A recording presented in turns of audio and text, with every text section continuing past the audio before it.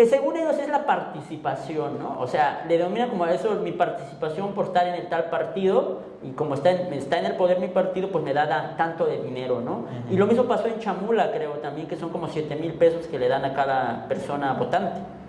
Pero el día del voto, No, dices. cada año. Cada año. Que según es por parte de usos y costumbres. O sea, en Chamula dicen que es usos y costumbres, en Sinacantán lo mismo.